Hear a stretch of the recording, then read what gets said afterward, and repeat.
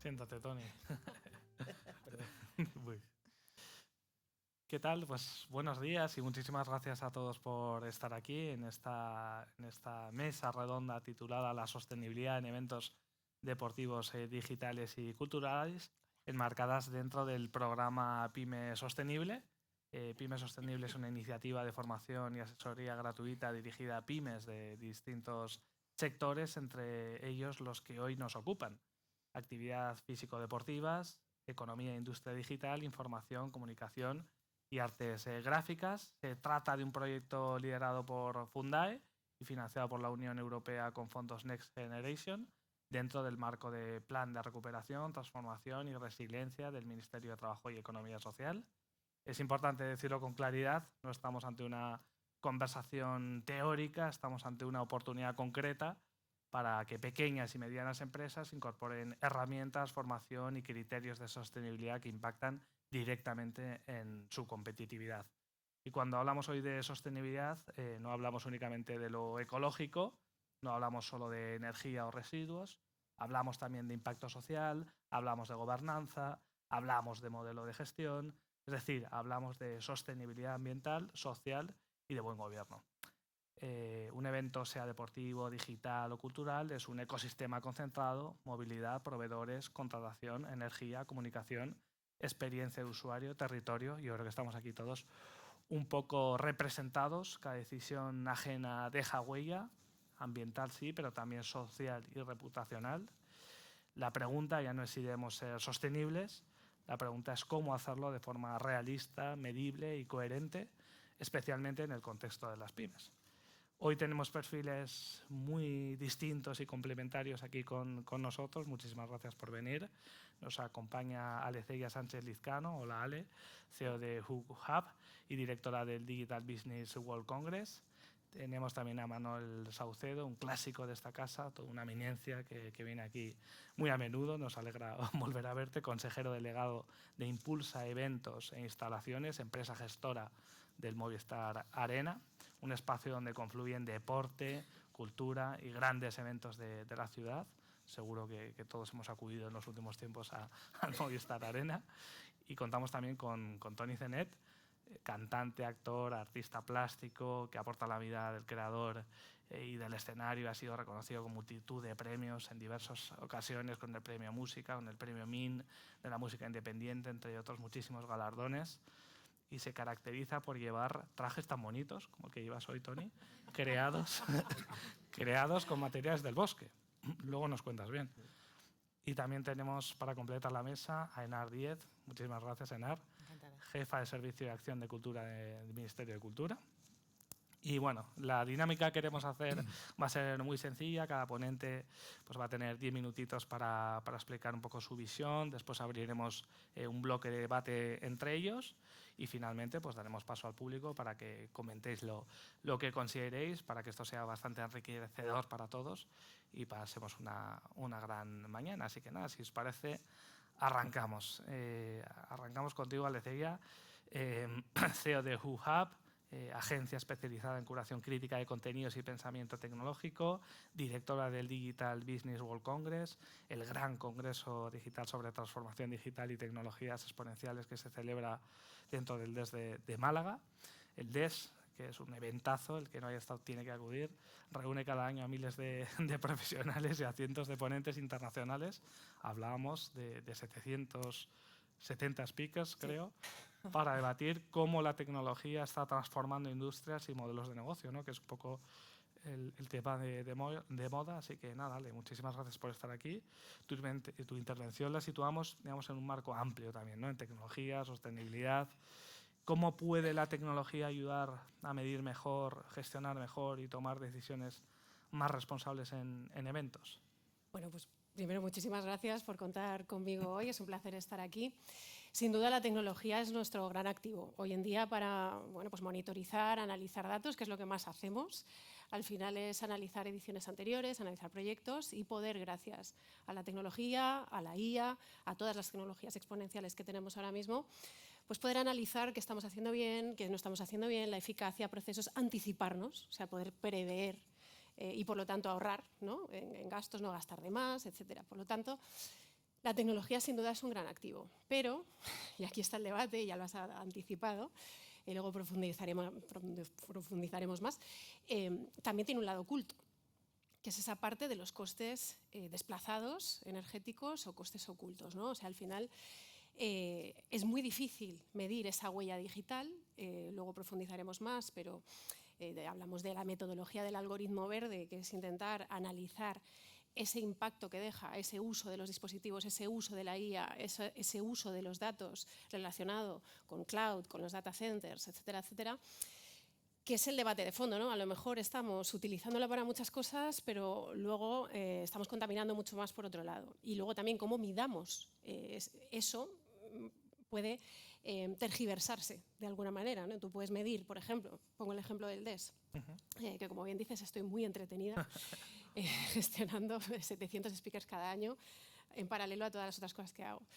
Pues analizamos muchos datos, preparamos muchísimo las temáticas, aplicamos ese pensamiento crítico a los contenidos y yo tengo que trabajar desde septiembre hasta junio, que es cuando se produce ese macroevento de 20.000 personas, 8 auditorios en simultáneo, con IA, con muchísima tecnología, con un equipo de trabajo distribuido enorme, cada uno usamos un montón de dispositivos, usamos un montón de energía, digamos. Entonces, si yo quiero hacer el análisis del DES, digamos, en cuanto a huella digital, podría contabilizar eso desde septiembre, podría contabilizarlo in situ, es decir, el streaming que estamos usando o las tecnologías que estamos usando in situ, y el resultado sería completamente diferente.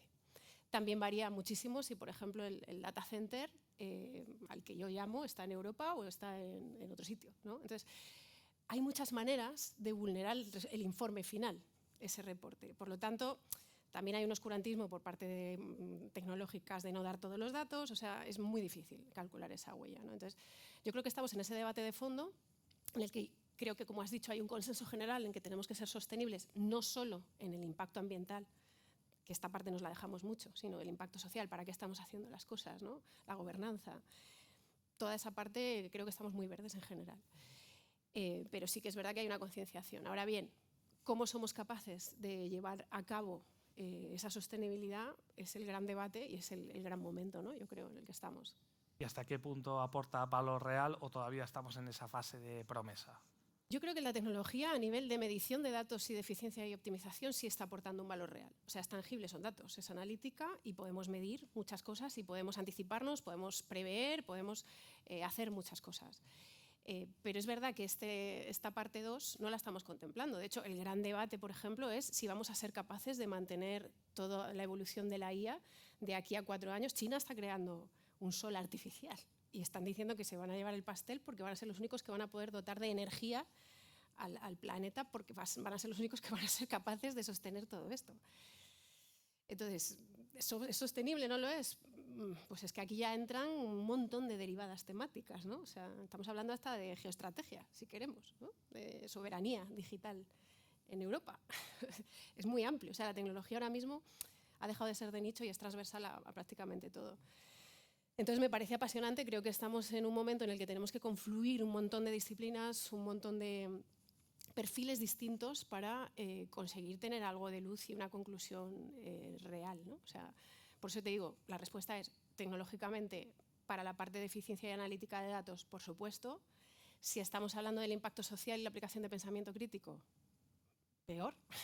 Y si estamos hablando de la huella de carbono y la parte ambiental, no sabemos. No podemos medirlo 100%, porque tenemos que establecer un consenso en el que todos nos pongamos de acuerdo y todos vayamos a una y digamos, vale, vamos a ser todos transparentes y vamos a ver realmente cuánto ha contaminado este proyecto. Por eso digo que hay un debate muy interesante. Genial, luego seguimos debatiendo, que veo a Enar también con ganas de dar réplica, pero... No, es absolutamente inspirador, sí que lo es. Pero vamos a seguir con Manolo, vamos a seguir introduciendo, luego los abrimos de todos los melones. Sí. Pero vamos a seguir con Manolo, que como decíamos es consejero delegado de Impulsa Eventos e Instalaciones, empresa gestora del Movistar Arena. Que el Movistar Arena es un recinto tremendo con capacidad para más de 17.000 personas en pleno centro de Madrid, con lo que eso conlleva, para bien y para mal, que combina conciertos, deporte profesional, eventos privados, grandes citas del calendario. también queremos subrayar algo importante, ¿no? Que los grandes recintos hoy son pieza clave en la conversación sobre sostenibilidad en el deporte y la cultura. Por ellos pasan cientos de miles de personas cada año. Ahora nos das datos para que nos asustemos, con un impacto directo en movilidad, consumo energético, residuos, seguridad, contratación. Muchísimas gracias, Manuel, por venir. Tienes unos minutitos para contarnos, ¿no?, qué se puede cambiar de verdad cuando gestionas un espacio de esta magnitud y qué es lo más complejo de lo que parece, ¿no? Sí, bueno, muchas gracias por invitarme. Encantado de estar aquí. Me abruman tantos conocimientos sobre una materia en la que ni mucho menos, soy experto. Pero sí es verdad que no hemos tenido que entrar en este mundo de la sostenibilidad cuando hablamos de un recinto de esta magnitud y que mueve tanta actividad. Nosotros tenemos como 230 eventos al año, entre deportivos y culturales, en la sala principal. Después tenemos otras salas, casi 500 eventos. Somos el segundo recinto del mundo por actividad. Nos visitan 2.100.000, 2.200.000 personas al año. Y el tema de la sostenibilidad, de la responsabilidad sobre la sostenibilidad, para nosotros es importante. Y lo dividimos en tres aspectos. El edificio en sí, las grandes giras que llegan hasta el edificio para promover sus eventos y los 2 millones de personas que llegan. Es decir, hay que cuidar esos tres aspectos. Y lo que sí hemos notado es una enorme sensibilidad. Ahora mismo, cuando optamos a un gran artista y hablamos de la característica del recinto, una de las cosas que nos piden es nuestro trabajo en sostenibilidad. ¿Qué estamos haciendo? Es uno de los aspectos que se valoran a la hora de que un gran artista nos visita, ¿eh? Y eso es curioso. Y eso hace unos años, no ha sido siempre, ¿eh? Bueno, tampoco llevo toda la vida en este sector, ¿no? Pero es un tema que de una enorme sensibilidad. Hablamos del edificio, efectivamente, el edificio que consume mucho, que genera mucho. Entonces, desde el punto de vista económico y desde el punto de vista de la responsabilidad, hemos tenido que tomar grandes decisiones en el mundo de la sostenibilidad. Un edificio que tiene 25 años, un edificio ya clásico, no tenía las tecnologías actuales. Pero claro, cualquier decisión que se toma en un edificio de esas características son decisiones muy cuantiosas. Pero después se valoran los beneficios económicos que también tiene. Una decisión es cambiar luminarias, 25.000 luminarias. 25.000, o sea, cuando dice vamos a cambiar las luces, poner las LED, 25.000. O sea, ojo, ¿eh? Pero bueno, después haces números y te interesa si lo haces, eso es así, eso es verdad, ¿eh? Oye, si dices vamos a poner algunas plaquitas fotovoltaicas a la cubierta, pues 1.000, como 3 campos de baloncesto arriba que tenemos, ¿no? Pero si haces los números después, oye, genera unos beneficios también económicos. Ahora, recientemente hemos tomado la decisión de sustituir los típicos, bueno, seguro que más o menos para un evento cultural o deportivo habéis estado en el Movistar, ¿no? En fin, detrás de eso hay mucho movimiento. Ahora hemos cambiado, por ejemplo, los vasos. Vamos a los vasos para los consumos. No sé, consumimos 2,5 millones de vasos al año, ¿no? Ahora primero eran material de plástico tremendo, después de cartón, y ahora estamos utilizando unos plásticos reciclables, y que hemos exigido la trazabilidad de los vasos una vez que salgan de nuestro recinto, que se van a convertir en material para la industria del automóvil. Pero hemos exigido la trazabilidad de esos residuos, ¿sí? Que existe una enorme preocupación. Eso en el edificio. Después las personas que vienen al recinto. Somos un recinto urbano, como ha dicho Nacho.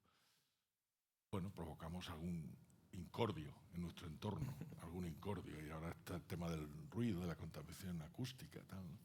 Bueno, algún incordio. Pero también desde el punto de la sostenibilidad, el 70-80% de la gente que nos visita vienen en transporte público. Ojo, vienen en transporte público, porque hay metro, hay autobuses. ¿Qué pasaría si este recinto estuviera fuera?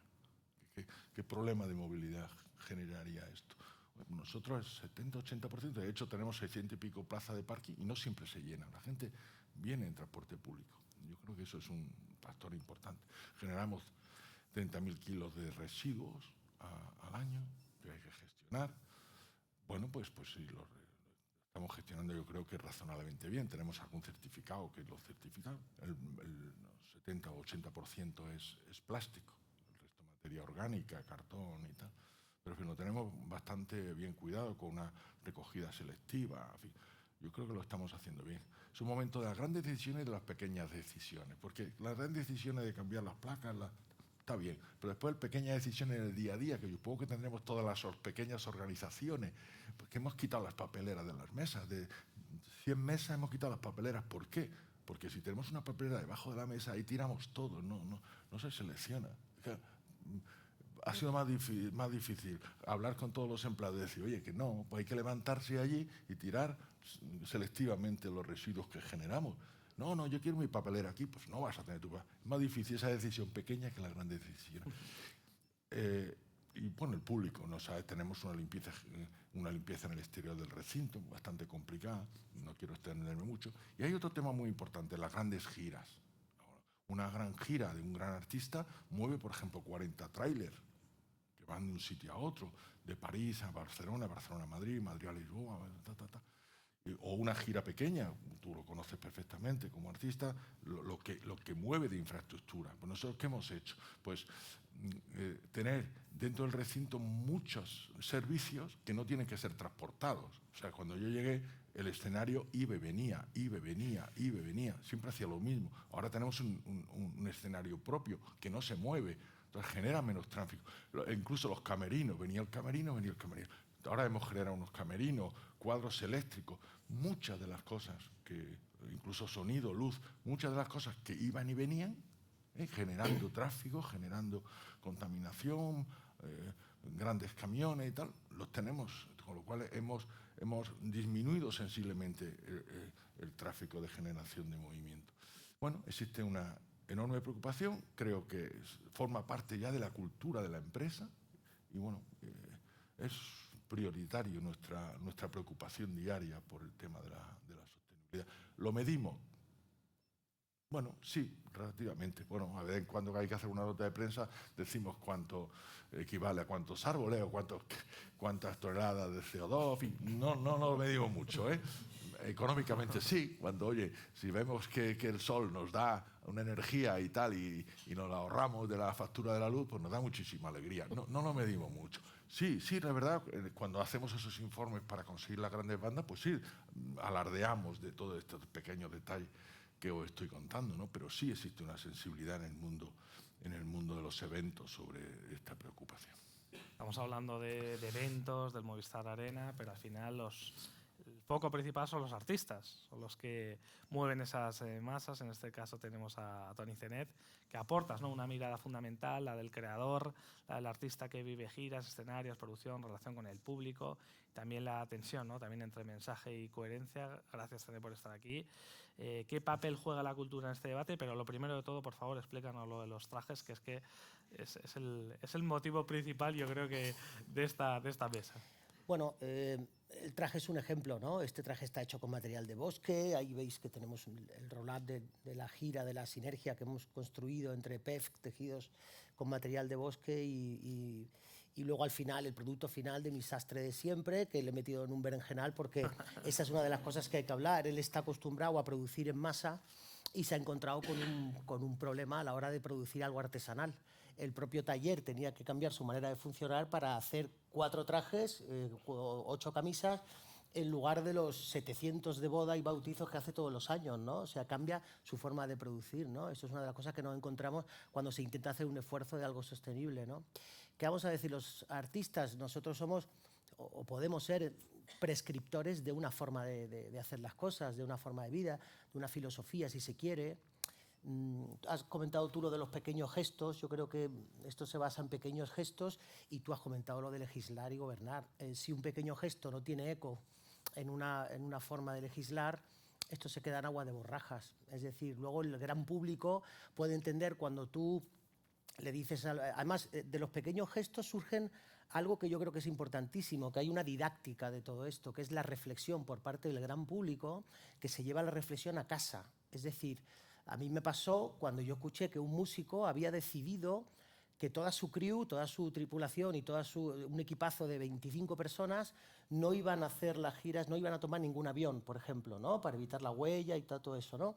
Entonces, puede que a mucha gente le parezca una tontería, pero a mí me hizo reflexionar. Iban a hacer todos la gira en carretera, aún así siempre habrá huella, evidentemente, pero por lo menos te hace reflexionar sobre el gesto. Y igual que con ese gesto, hay otros gestos también. Esos gestos que nos llevan a nuestra casa a dividir la basura. ¿Qué ocurre? Que si yo hago el esfuerzo grandísimo de dividir la basura y luego veo una imagen por internet que lo echan todo en el mismo cubo cuando la recogen, entonces hay una frustración por parte del usuario. Tenemos que intentar hacer llegar esta filosofía a todos los demás, yo creo, y que cuando encuentren digamos, una relación directa con la realidad, entonces se sienten identificados con el esfuerzo que están haciendo. Hombre, para nosotros es muy gratificante, incluso con el esfuerzo que ha hecho mi sastre por hacer estos 4 o 5 trajes, es muy gratificante que luego la gente pregunte. Y de hecho, pues con PEF, que hemos conseguido hacer una campaña, por decirlo así, informativa, donde en el stand donde yo suelo firmar los discos, hay también información de cómo se recicla este tipo de hilo, de cómo se recoge del bosque y cómo se recicla. Y la gente de pronto, pues cuando se lleva un disco mío firmado, se lleva también un folletín o se lleva una bolsa hecha de ese tejido y se lleva una reflexión a casa, que lo importante en sí no es el traje, sino la reflexión que lleva detrás, ¿no? ¿Ese gesto has tenido constancia de alguien que te haya hablado, que precisamente haya reflexionado a propósito de tu estrategia? Sí, claro, lo primero es lo curioso del traje en sí, porque llama mucho la atención, y entonces lo primero es la curiosidad de preguntar, ¿no? Sobre todo si le dices que está tintado con castaña, porque el proceso tenía que ser entero. Entonces hay un coworking donde yo tenía la oficina con estas chicas de Aleteia, que ha sido el segundo ángulo de este triángulo. Pues bueno, explicas todo esto, pero luego sí que es verdad que a través de esa reflexión la gente ya te habla de otras formas de consumir. Es decir, la conversación deriva, pues yo hago esto con la ropa, pues yo suelo reciclar mucho, o yo no compro todos los años, o yo, por ejemplo, me gusta, como hacía la abuela, aprovechar unos pantalones y darles una nueva vida, ¿no? Y ahí estamos viendo que hay muchas tendencias en la moda hoy en día que se basan en recoger lo viejo, darle una nueva vida con un nuevo diseño. Es decir, hay muchas tendencias que existen en este momento y que se basan en esa reflexión, que es un punto de partida muy filosófico, ¿no? Tú en los conciertos lo sueles comentar. ¿Tienes algún nuevo gesto en mente que creas que pueda también llegar al público, también de la mano de PEF? Bueno, lo que estamos haciendo, acabo de arrancar la gira ahora en enero, hemos estrenado aquí en el Circo Price en Madrid y estamos con la tercera actuación. Mi circuito son teatros, más que nada, es un circuito donde tienes mucha cercanía con el público y eso me permite también testear muy de cerca también lo que la gente ve, piensa y te comenta. Y aunque es muy difícil darle el tiempo a todo el mundo cuando está firmando en una cola con 200 personas, darle tiempo a todo el mundo para que te comente cosas, pero sí que es verdad que hay un impacto muy positivo que se recibe con este tipo de iniciativas, ¿no? Incluso las letras también, ¿no? De las canciones, metes ahí algunas... En mis letras precisamente no soy muy activista en este sentido, ¿no? Yo creo que más que nada estoy en los gestos.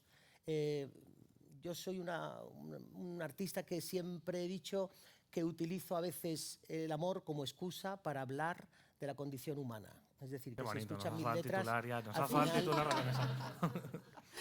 Está ya mucho, el titular está muy quemado, ¿eh? No lo uses porque te lo van a pisar, ¿eh? Sigue funcionando.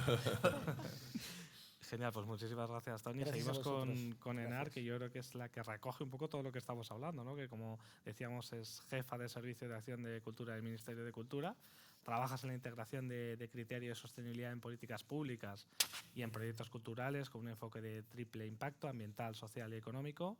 Pues nada, cuéntanos en estos 10 minutitos cómo se está trabajando desde el Ministerio, porque... Te dejo un mensaje también que hay que legislar. ¿Qué herramientas existen hoy para las pymes y qué queda todavía, ¿no?, por construir? ¿En qué estáis trabajando? Bueno, pues en principio, bueno, en primer lugar, para nosotros la sostenibilidad es uno de los ejes transversales de las políticas del Ministerio de Cultura y del Plan de Acción del Centro de Coordinación de Industrias Culturales, que es en concreto donde yo trabajo. Entonces, somos perfectamente conscientes del potencial que tiene la sostenibilidad y también de ciertos ámbitos de mejora. El primero que siempre abordamos, ¿no?, y en el que hemos venido trabajando en el último año, es que cuando hablamos de sostenibilidad, pues la cultura no tiene un objetivo de desarrollo sostenible propio, ¿no? Entonces, perdón. A partir de ahí, en estos 2 últimos años he estado trabajando en Mondiacult, que ha sido la Conferencia Mundial de Políticas Culturales y Desarrollo Sostenible, precisamente para trazar una hoja de ruta y conseguir que en la Agenda Post-2030 la cultura ya sí tenga una representación propia. En Mondiacult, en esta declaración firmada por los ministros de Cultura, se habla de acción por el clima, de la transformación digital, del uso de la inteligencia artificial. Y hay un punto que cuando haces una lectura transversal aparece siempre, ¿no? Aparece en todas las áreas prioritarias de acción, que es los datos, el uso de los datos. La importancia en este momento de recabar datos y analizarlo, pues yo creo que con un doble objetivo. Por un lado, poder medir el impacto real que tienen las industrias culturales en el desarrollo sostenible y, por otro lado, las presiones a las que se enfrenta la cultura en el contexto en el que estamos viviendo, ¿no? Y con él, de algún modo, con el análisis de estas presiones, pues podernos, de algún modo, anticipar o generar respuestas, ¿no? En el caso concreto del Centro de Coordinación de Industrias Culturales, vemos la importancia, por un lado, de generar repositorios de datos específicos por sectores. El sector de la música, en concreto, es con los que más estamos trabajando. Ver esa sostenibilidad de esas industrias culturales para, a partir de ahí, como bien decías, poder legislar, generar esas políticas de acción, esas líneas de acción que tengan un anclaje sólido y, posteriormente, hacer una evaluación de las políticas públicas, ¿no? La importancia también de que haya unas guías de sostenibilidad específicas para cada uno de los sectores y unas herramientas de autodiagnóstico, ¿no? En este sentido, pues hemos venido trabajando de la mano de la calculadora de huella de carbono, como comentabas antes, pues para los festivales de música. Y en las acciones concretas, específicas nuestras, desde el Centro de Coordinación de Industrias Culturales gestionamos 4 líneas de ayudas anuales y en todas ellas están, por un lado, para la valoración de los proyectos, ya sea para asociaciones sin ánimo de lucro o para pymes, pequeñas empresas o microempresas, el criterio de sostenibilidad ambiental. Y en las líneas que están financiadas con crédito PRTR, que mencionabas anteriormente con este evento, bueno, pues está incluido también el criterio de Do No Significant Harm. Lo que introducías ya es que para nosotros estos criterios de valoración con enfoque de sostenibilidad incluye, por un lado, la sostenibilidad ambiental, pero también, claro, la sostenibilidad de las industrias culturales desde el punto de vista social y económico, porque si no, vemos que esto no es posible, ¿no? Conocías ya un poco la visión de cada uno de nuestros superponentes. Queríamos abrir un debate, ¿no?, ya para que interactuéis entre vosotros. Y precisamente quería empezar por esto, ¿no? ¿Estamos midiendo lo verde y olvidando lo social? ¿Estamos cumpliendo simplemente normativas sin transformar realmente el modelo? Es decir, para cumplir, para intentar coger subvenciones, por así decirlo, pero sin realmente una visión a futuro y sin transformar el modelo. Empezamos contigo, Enar. Bueno, hay un poco de todo, ¿no? Siempre, pero yo creo que no. De hecho, los proyectos que se presentan a nuestras líneas de ayudas contemplan esa parte medioambiental, pero también hay un enfoque por lo social y lo económico, ¿no? Pues te podría poner ejemplos de una sostenibilidad económica de las industrias culturales que en nuestro caso va enfocada a la profesionalización de los artistas y para nosotros una de las líneas fundamentales que es la internacionalización, ¿no?, para su desarrollo. Y ahí hay ejemplos de colaboradores como el Monkey Week, también desde un punto de vista a lo mejor de la sostenibilidad social, pues planteamos lo que es el derecho de acceso a la cultura, en línea con el Plan de Derechos Culturales del Ministerio de Cultura, y ahí vemos pues acciones, bueno, muy diversas, ¿no? Por un lado, desde el punto de vista de la accesibilidad, desde la pluralidad lingüística, pues el Festival BBK, que hace una integración de la diversidad cultural, pero también con el euskera. Otros escenarios, por ejemplo, hablando de los grandes eventos y del impacto que tienen en las ciudades, pues ahora estamos con uno de nuestros colaboradores, que es el Madrid Design Festival, que está justo sucediendo ahora, que la intención es combinar ese impacto que tiene en la feria con los stands, con también unos recorridos, como hablaba Manolo, a través de la movilidad sostenible, pues a través de los talleres de los artistas, ¿no? Así 2 casitos de éxito que funcionen muy bien, que hayan sido replicables, porque también España en esto va un poco a la vanguardia respecto a otros países, ¿no? Bueno, a mí me interesa, por ejemplo, ya que hablabas de lo social, ¿no?, pues enfocarme un poquito en lo social y cómo hemos visto que en ocasiones había una falta de accesibilidad, ¿no? Y no desde el punto de vista solo físico, que también lo estamos trabajando con una línea de ayudas para salas de música, sino desde el punto de vista de la capacidad de acceso, ¿no? Entonces, por uno de los proyectos que también más pues hemos publicitado y ha sido la colaboración con Acerca Madrid para garantizar el acceso a los grandes eventos culturales, ¿no? Y es una entidad que pone de la mano a programadores y a entidades sociales para, de algún modo, conseguir unas entradas a un precio ventajoso para que la gente en riesgo, los colectivos en riesgo de exclusión social, puedan acceder. Y en la otra cara de esta moneda, ¿no?, es muchas de las veces la exclusión que sufren los pequeños proveedores, porque cuando hay que organizar un evento tú necesitas una serie de garantías y en muchas de las ocasiones bueno, pues cuanto más músculo tienes, más garantías puedes ofrecer. Entonces hay un proyecto que también tenemos especial cariño, que ha sido de los beneficiarios de nuestras líneas de acción y promoción de 2025, que ha sido la Benéfica de Piloña, vinculada a Rodrigo Cuevas, en el cual se hace la profesionalización de agentes culturales del medio rural asturiano para, bueno, pues precisamente para acompañarles y poder generar este músculo y favorecer el desarrollo territorial y, bueno, y la generación de empleo, ¿no? Interesante. Ahora me vais a permitir ir a la pasta, que es lo que nos gusta a los periodistas, al morbo. Me queda alguna frase que has dicho antes, Manolo, de que por la pasta, yo por el agua. 25.000 luces, cambiarlas merece la pena, ¿no? Porque luego echas cuentas y salen las cuentas. A propósito de la sostenibilidad como ventaja competitiva, esto también para Manuel y para Ale, yo creo que puede estar bien. ¿En qué momento la sostenibilidad deja de ser un coste y se convierte en ventaja real?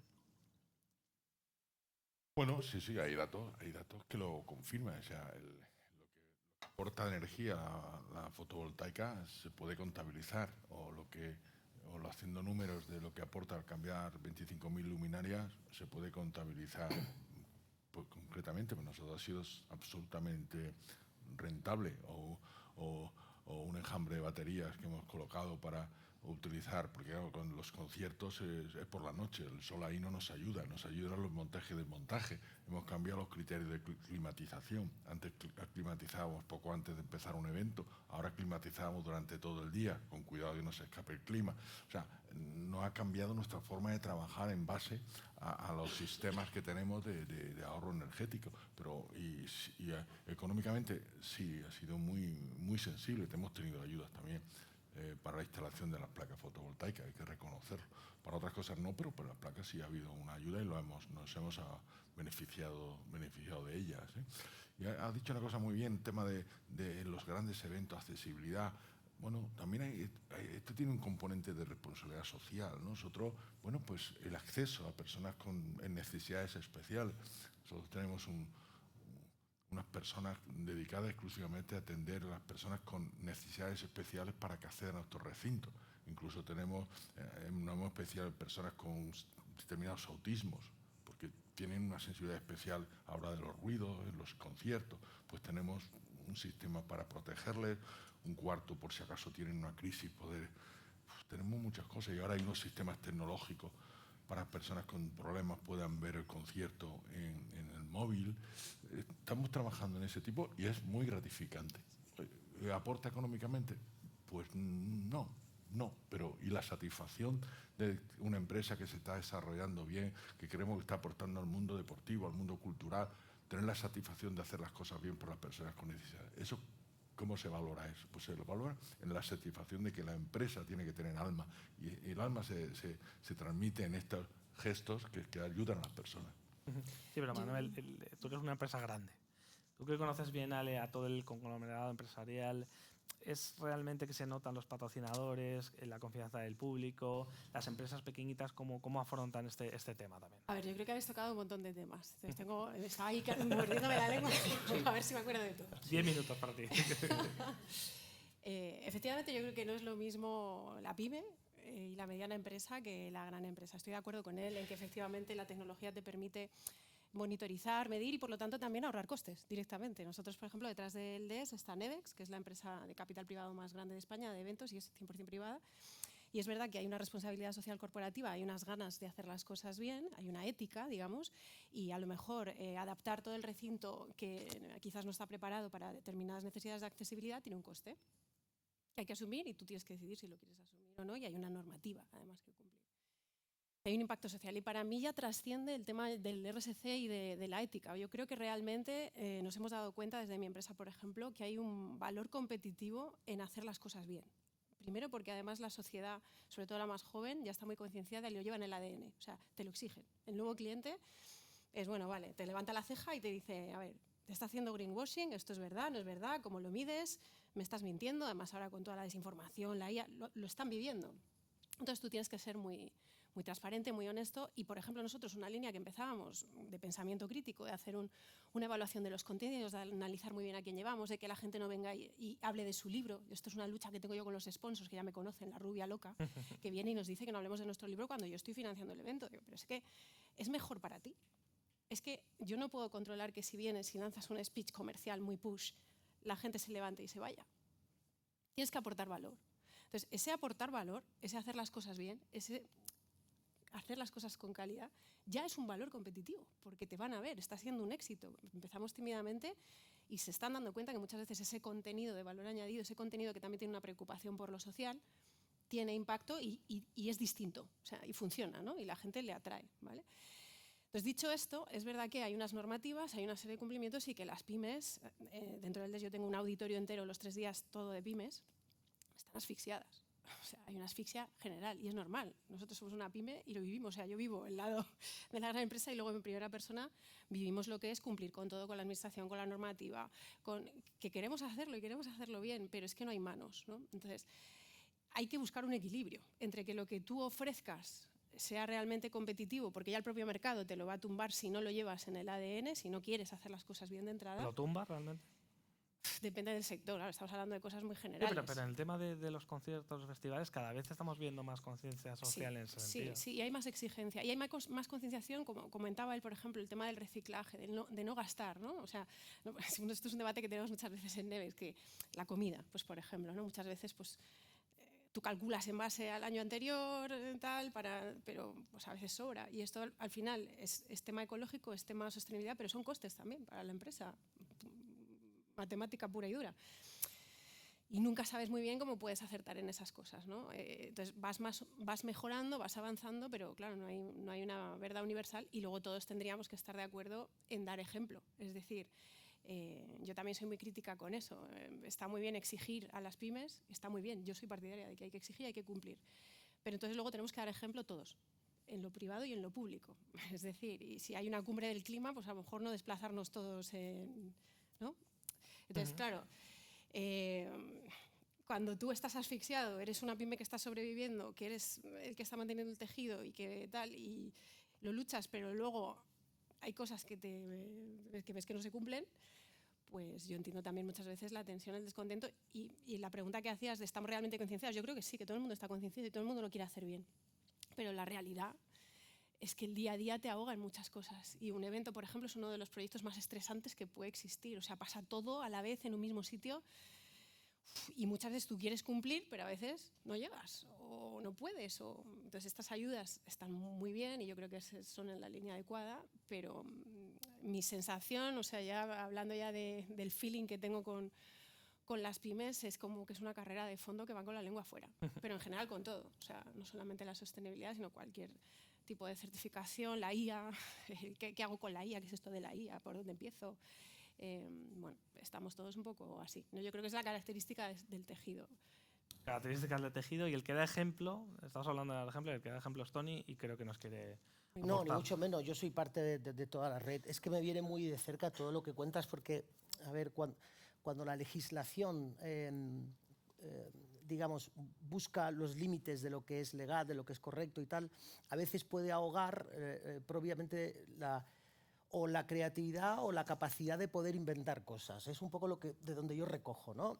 Que por supuesto ahora los músicos tenemos otra ponencia y otra mesa redonda que es esa situación alegal donde ahora eso tiene todo un debate detrás. Pero para que me entendáis, voy a poner un ejemplo muy práctico. Cuando llegan los veranos, aparecen los festivales de verano. Los músicos cuando nos hablan de festivales con encanto, nos echamos a temblar. Porque un festival con encanto te puede llevar a los campos de Brihuega, donde se plantan, ¿no? Y estás por un huerto allí metiendo los pies hasta, en fin. Y los servicios son terroríficos. Castillo de Perelada, se me ocurre lo primero que me venga a la cabeza. Sitios bonitos, estás mencionando sitios bonitos. Sí, pero las condiciones en las que te cambias, en las que tienes que ir al servicio y en las que corren los cables por medio de la albahaca, habría que ver.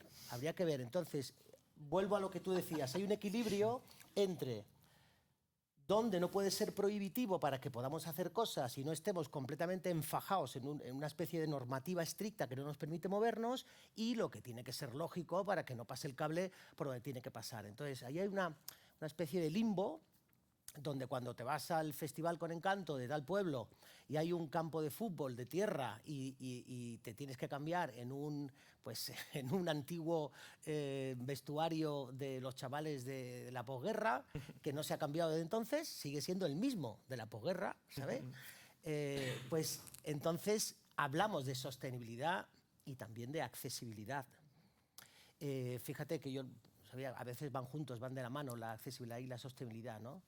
Pero ocurre que se quiere a veces inventar y se inventa de una manera demasiado acelerada. Los famosos vasos de plástico que comentabas tú antes, esos famosos vasos de plástico los hemos tenido todos después de la pandemia. Fijaros en lo que ha ocurrido. En la pandemia hubo una especie de reacción planetaria acerca de la sostenibilidad y de pronto se vieron hasta las pajitas de los refrescos hechas de cartón reciclable y de pronto ¿qué ha ocurrido? Se ha olvidado todo, ahora consumimos más plástico que antes, más ropa que antes, ha habido una reacción en contra después de la pandemia.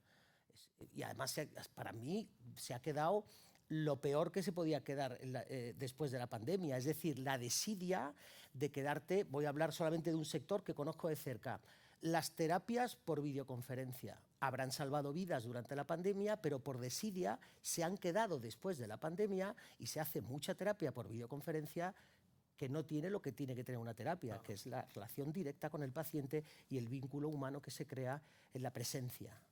Esto lo sé porque me toca muy de cerca, ¿no? Entonces, ¿qué ocurre? Que, bueno, al ser humano hay que legislarlo con lógica y con mucha didáctica. Yo vuelvo a lo mismo. Lógica, didáctica y legislación. Me voy a modelos que ya están hechos. Igual que pasa con la parte legal de los músicos, tenemos un modelo muy cerca, que es el modelo de Francia. Hay otros modelos en Suecia, en Dinamarca, que tienen modelos muy interesantes donde se aplican una serie de leyes para todos por igual, para pequeñas y medianas empresas, y donde, ahí voy a tocar un hueso interesante en la mentalidad española, donde hay un bien común que es más importante que el bien personal. Esta mentalidad, que es la que carece este país, o que tenemos que desarrollarla, no digo que careja del todo, pero que tenemos que desarrollarla mucho, es la más necesitada de didáctica, que es pensar en el bien común, es pensar en lo que va a ocurrir mañana. Y me parece que eso es importantísimo a nivel de legislar. Ay, Enar, estoy agobiado por ti porque te han puesto una de deberes.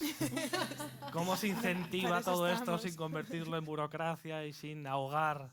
Bueno, somos conscientes de esto, ¿no? O sea, yo creo que por eso hablábamos al principio de los datos, para poder hacer un análisis, para poder plantear unas políticas públicas que tengan un anclaje sólido y para posteriormente hacer una evaluación de las políticas públicas, porque es verdad. O sea, claro, lo sabemos. Entonces están las ayudas, porque sabemos que muchas veces las pymes están ahogadas, pero no puede quedarse solo de mano de las ayudas, entonces hay que buscar otras vías de financiación. Sí, es un trabajo, en realidad, aunque no lo creáis, es un trabajo bastante creativo, ¿no? Porque toca estar... Un rompecabezas. Sí, toca estar todo el día viendo, ¿no?, cuáles son las distintas vías de acción. Hay un tema que sobre todo lo de legislar, la contaminación acústica. Pues es una contaminación, ¿verdad? También de Ahora salud. está famoso el ruido Bernabéu, que hablamos tanto en Marca Claro, de para ello. nosotros es una gran preocupación, ha sido como recinto urbano. Como recinto urbano. Vale, hay una legislación absolutamente no adecuada. O sea, si nosotros tenemos sonómetros dentro, fuera, para saber qué pasa dentro y qué pasa fuera. Si nosotros ahora en la calle Goya se están superando los niveles permitidos por el ayuntamiento. Ahora mismo, nosotros el otro día hicimos una presentación a la Comunidad de Madrid y tal, y en directo dijimos, mira lo que está pasando en Goya. En Goya estábamos a 67 o 70 decibelios y era por la mañana, sin evento. Con lo cual no tiene sentido. Después, si por la noche nos miden, teóricamente hemos incumplido la normativa municipal, pero sí que se cumple durante todo el día y hay un control. Una normativa muy importante, la salud de los fans. Ahora mismo no hay una legislación sobre sabéis que las chicas en un concierto intentan ponerse en la Santiago Avalancha y se ponen a 2 metros de los grandes baffles de su grave que están emitiendo a lo mejor, no sé, a 130 decibelios. 130 decibelios es que te rompe el hígado. Y se permite. No tenemos herramientas para decir que eso no se puede hacer. En otros países sí. En otros países sí. Se establece que si tú vas a emitir a una potencia, por salud, es un tema de salud, las personas tienen que estar más lejos, con lo cual pierdes aforo y el promotor sale perdiendo. O sea, tiene que decidir. Necesitamos cierta legislación sobre determinadas cosas que afectan a la cultura. Ponte en cualquier festival grande de 20.000 personas, la potencia de esos altavoces y la gente que está aquí, si es que de verdad te tiembla, se te caen los empastes. De verdad, es verdad, y eso es salud, salud, aparte de contaminación acústica, es salud. Vale, yo creo que querías... No, totalmente de acuerdo. Yo creo que es un debate interesantísimo, además que los 4 perfiles somos como muy diferentes, ¿no? Y podemos aportar visiones muy distintas, pero yo vuelvo un poco a lo que decía antes, ¿no? Creo que efectivamente todos estamos por un mismo objetivo, todos queremos hacer lo mismo y todos queremos que todo sea sostenible. Sí que creo que deberíamos hacer hincapié en ampliarlo a más allá de la parte medio ambiente, ecológica, porque creo que ahí hay muchísimo en lo que trabajar, que además puede aportar un valor competitivo, que puede generar riqueza si realmente le prestamos atención, ¿no? Sí, porque quizá desde como ciudadanos pensamos, ¿no?, pues en lo verde, por así decirlo, en lo ecológico. Como empresario, si esto me sale a cuenta, ¿no? Pero claro, o sea, siempre, si te fijas, casi siempre tendemos a pensar en algo tangible, ¿no? O sea, por ejemplo, la parte acústica, la parte física, la parte de gastos, los vasos. Pero es que hay mucho más. Es decir, nosotros, por ejemplo, somos los contenidos. O sea, yo tengo que garantizar que no haya desinformación, por ejemplo, en mis contenidos. Y a mí eso me parece social, me parece ético y además me parece que le da un valor añadido a mi producto o a mi oferta. Porque el que venga a verlo va a saber que por lo menos hemos tenido una persona, un humano, valorando que ese contenido sea adecuado para la persona que viene. Oye, eso ya es un plus, ¿vale? Estás cumpliendo muchas cosas ahí. O sea, estás por un lado generando riqueza, dando algo diferente, pero además estás cumpliendo con la ética, estás cumpliendo con lo social y, ¿no?, estás haciendo un bien común, que es, por lo menos, analizar qué es lo que estás poniendo en el altavoz, que es muy importante. O sea, la parte de elegir, de curar los contenidos, a mí me parece que no le estamos prestando la suficiente atención y además va vinculado con todo, va también luego con la parte de comunicación de la sostenibilidad. Es decir, ¿estamos comunicando adecuadamente lo que se está haciendo? ¿Sabemos si en España somos pioneros en esto? ¿No lo sabemos? O sea, yo creo que también Los españoles somos muy de autocrítica. Esto no sé con quién lo comentaba, con algún compañero de los que estamos aquí antes, ¿no? Yo en el DES tengo el privilegio de poder descubrir todos los años cosas increíbles, ¿no? El año pasado flipé porque me arriesgué y dije, vamos a hablar de Quantum en septiembre. En septiembre yo tengo que adivinar de qué vamos a hablar en junio y que tenga sentido para todo el ecosistema privado, público y tal. O sea, es un reto mayúsculo. Por eso investigo tanto y me empapo tanto de las cosas. Y dije, bueno, pues voy a ver qué estamos haciendo en Quantum. Oye, somos una potencia mundial. ¿Vosotros lo sabíais? ¿Muchos de aquí? No, ¿verdad? O sea, y yo me dedico a la tecnología desde hace 20 años. Y dije, bueno, vamos a ver. Oye, pues tenemos unos centros de supercomputación brutales. Tenemos el próximo unicornio europeo que va a competir, que acaba de recibir 500 millones de euros de financiación, que es Multiverse Computing, que hace Quantum e IA para procesos industriales. ¿Habéis oído hablar de Multiverse Computing? No. Entonces, jolín, yo creo que está muy bien que seamos autocríticos y que busquemos la manera de mejorar las cosas, pero luego también somos buenos en otras cosas, ¿no? Entonces, busquemos ese equilibrio. Yo creo que en España hay mucho talento para hacer muchas cosas y lo que necesitamos es remar juntos a favor. Mi opinión personal es que hay que despolitizar las cosas, o sea, hay que coger y decir, mira, hay un objetivo común. Yo creo que muchísima gente apoya determinados puntos críticos, nos da igual el color, y hay que ir a por eso. Y cuando un grupo determinado lo hace bien, florece. O sea, y hay muchos casos en España y que impactan en Europa y a nivel mundial. Entonces yo creo que es un debate apasionante. O sea, quizás me estoy yendo un poco a lo general, pero o sea, creo que hay mucho por hacer, pero que también hay muchas herramientas y que hay bastante consenso en general, en lo público y privado. Muy interesante, la verdad. Dejad que me lo lleve un poquito al deporte, que también era uno de los puntos de esta mesa de debate. Quizá Manuel seas el más indicado para contestar. ¿Qué cambia cuando el evento es deportivo y multitudinario? ¿Estamos preparados realmente para gestionar esas escalas de criterios reales de sostenibilidad? Porque quizá en deportes como el golf ¿no? se ve más claramente, pero en un gran partido de básquet, en un gran partido de fútbol sala en Movistar Arena, ¿cómo se gestiona? ¿Cómo se traslada estos términos? Bueno, tiene menos conflicto desde este punto de vista, porque tiene menos movilidad, lo que al final es menos público, porque solamente se utiliza la grada, no la pista. Tiene menos tránsito de elementos, porque la pista ya la está allí, las canastas. En fin, tiene menos lío. Tiene bueno, efecto de consumo energético, no. Tiene que ser luz deportiva, pero también los grandes eventos consumen muchísimo. Yo creo que tiene menos impacto que un evento, un gran concierto como el que estamos viendo en esa foto. Tiene mucho menos. Está mucho más controlado. Son eventos que se repiten, se repiten un día tras otro, muy semejante, con lo cual se puede trabajar mejor en la repetición de un partido de baloncesto. Es igual que el siguiente, o de fútbol, o de voleibol, o de cualquier actividad deportiva. Distinto es pues el impacto que pueda estar teniendo los Juegos Olímpicos de invierno ahora en Milán. No sé, el impacto que puede estar teniendo, eso sí que sería medible y sería interesante, ¿no? Pero en un recinto de nuestras características es algo mucho más controlado, mucho más medible, tiene un menor impacto que un gran evento musical. Bueno, ahora estamos teniendo el Disney on Ice, que hemos producido hielo, una gran pista de hielo. Oye, yo este domingo con mi sobrina, los voy a llevar. Grandes dificultades. No sé, cada día hay una cosa nueva. Estamos hablando mucho de datos, ¿no? Y también habéis adelantado un poco el tema de la IA.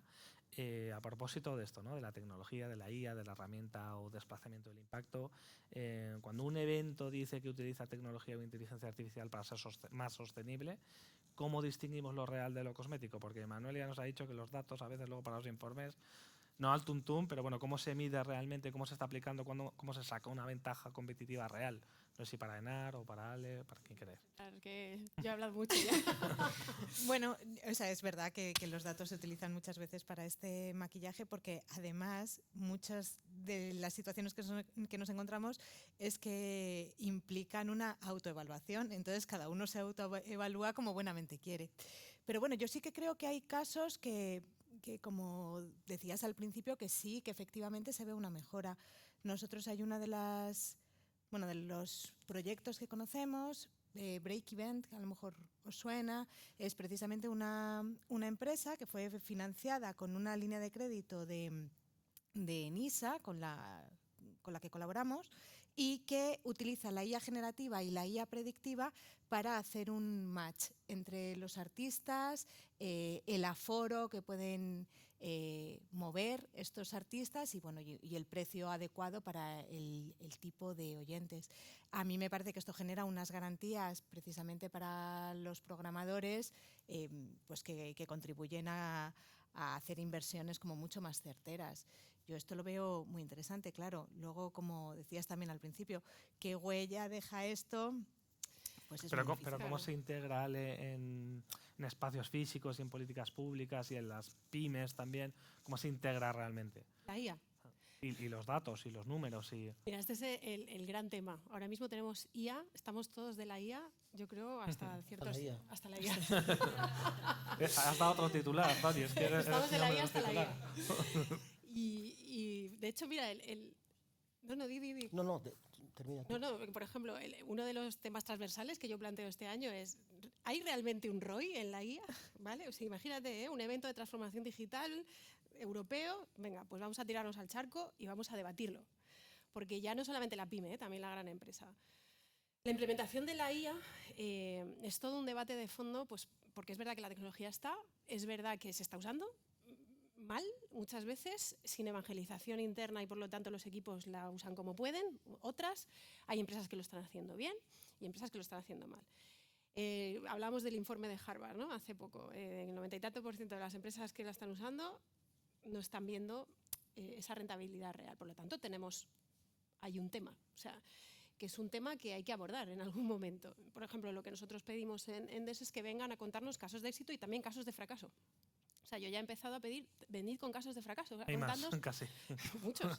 Y la pyme, claro, pues es lo que estamos hablando. Al final, lo que más se usa es la generativa, normalmente, o sea, para contenidos, apoyo, estructurar, hacer analíticas, hacer cálculos rápidos, hacer análisis predictivo. Todos usamos la generativa, la IA, la básica. Multiverse Computing, por ejemplo, está triunfando porque es capaz de optimizar los procesos a través de IA y quantum, supercomputación cuántica, industriales, donde ahí ya se meten los ingenieros y entonces hay una optimización de procesos que es más medible, que es más sofisticada, que hay una inversión, etc. Entonces ahí es bastante medible. Lo demás, pues depende. Depende ya incluso de cómo tú lo integres a nivel de equipo. Antes poníamos un ejemplo, una generativa, tú generas un vídeo, una foto y a lo mejor necesitas una consistencia porque ese personaje que estás creando necesitas publicarlo en 20 posts a lo largo del año y no hay una consistencia. A lo mejor tardas más tiempo en que un diseñador retoque la imagen para que el diseñador lo hubiera hecho desde el principio. Entonces, todos la usamos, todos confiamos en ella y luego hay otro debate interesantísimo de fondo que es, tú lo has tocado y no he querido entrar, pero que son los datos, la privacidad de los datos, el uso de los datos. Vosotros sois un medio de comunicación, deberíais ser dueños de vuestros datos y se está trabajando sobre vuestros brevemente, datos. por ejemplo, nosotros en esta empresa no podemos subir contenidos o documentos o nuestras informaciones directamente para trabajar con ellos. Tiene que ser un ámbito de Copilot Pro, privado, etcétera, etcétera. Entonces, hay toda una parte de alucinaciones de la IA. Por ejemplo, la IA te devuelve un resultado que se lo inventa y dices, pero, o sea, yo me he fiado. ¿Sabéis el escándalo, no?, que ha habido hace poco con una consultora, creo que fue Deloitte? Pero puede ser cualquier otra. Es decir, nos está pasando a un montón de empresas que confiamos en exceso en la IA y que claro, te inventa porque el algoritmo está diseñado para que te ejemplifique el resultado de tu pregunta. Es decir, prima que sea ejemplificante a que sea verdad. Y esto no es baladí ni está hecho al tuntún, ¿vale? Porque te da una sensación de confianza que es lo que hace que lo uses. Pero entonces, por eso, por ejemplo, nosotros lo que hacemos es filtrar, o sea, usamos la IA obviamente, porque es muy, muy útil, pero hay que filtrar, hay que pasar un ojo humano de momento, o sí, o sí. Más luego, el engaño, ¿no? El decir, oye, que estoy viendo algo que es real o no. Hasta que no haya un sistema, una regulación que obligue a identificar lo que está generado con IA, que haya una etiqueta, que haya algo que te oriente, ahora mismo estamos en un totum revolutum. Tony, ¿a los artistas os ayuda, os distrae? Yo quiero, antes de que se me olvide, retomar una cosa que comentaste, y es lo de hacer match entre el público, tal cual. Hay que tener mucho cuidado con esto, porque a veces ocurre que evitamos lo humano del riesgo que le pone un promotor que cree en un artista pequeño, pero que tiene gran capacidad de emocionar. Es decir, si buscamos el match que me da la IA entre, no sé qué parámetros maneja, pero vamos a pensar, hay algoritmos que a mí me pueden convenir. En Spotify hay un algoritmo que dice, si escuchas a Zenet, escuchas a Silvia Pérez Cruz, si escuchas a Silvia Pérez Cruz, escuchas a Miguel Poveda. Eso, en cierto modo, me hace una publicidad gratuita. En realidad, Spotify, para los artistas como yo, es una publicidad gratuita, no un lugar de ganancia, porque la ganancia es tan mínima que en realidad casi lo amortizamos como un lugar de publicidad o de exposición a un cierto tipo de público común entre Silvia Pérez Cruz y yo, por ejemplo, ¿no? Pero hay que tener cuidado, porque si empiezan a utilizar, digamos, algoritmos como estos, supongo que ahora me darás una esperanza, puede ocurrir, y de hecho sé que ocurre porque se miden ciertas cosas y se mide de una manera muy poco humana en ese sentido, ¿no? Se escapa un poco ese riesgo que el promotor ha de poner en algunos, ¿no? Que humaniza más las cosas, ¿no?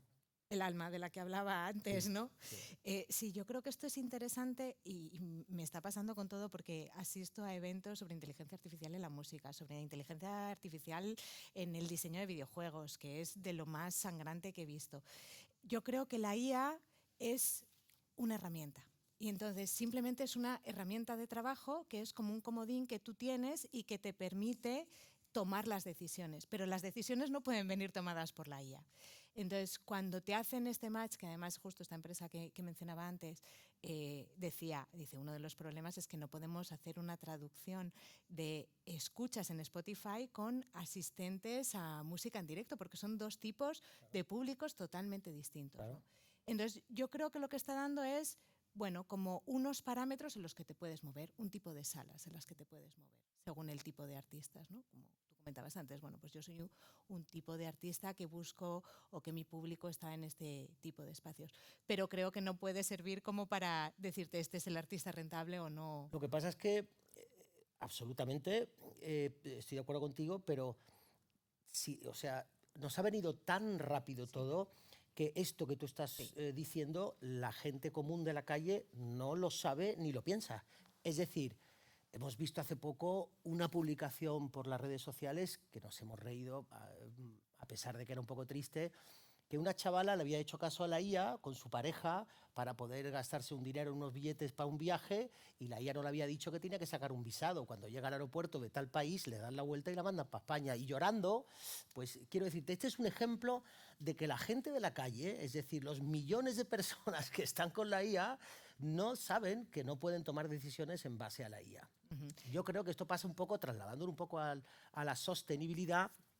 Creo que aquí hay una cuestión de fondo y es que hemos pasado en 2 generaciones, del abuelo a mi hijo, hemos pasado de recoger las almendras del árbol, llevarlas a la tienda, es decir, que lo veíamos en el pueblo, hemos pasado al todo vale. Y ahora estamos dándonos cuenta que del todo vale, digo, me compro un jersey todas las navidades, o 2 jerseys, me compro unos zapatos todas las navidades, todo el mundo va con zapatillas nuevas por la calle, y el todo vale, nos hemos dado cuenta que no es así. Entonces estamos ahora un poco intentando ser conscientes e intentando, por eso hablo siempre de la didáctica, porque a pesar de que tú dices con mucha conciencia no podemos dejarnos llevar por una decisión de la IA, es lo que está haciendo todo el mundo. Sí, y de hecho tú preguntabas antes, y un poco en la línea que tú decías, ¿no? De no puede categorizar al artista.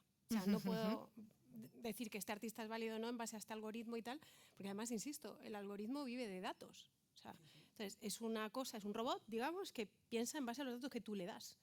Con lo cual, claro, esos datos son caducos, pueden ser torticeros.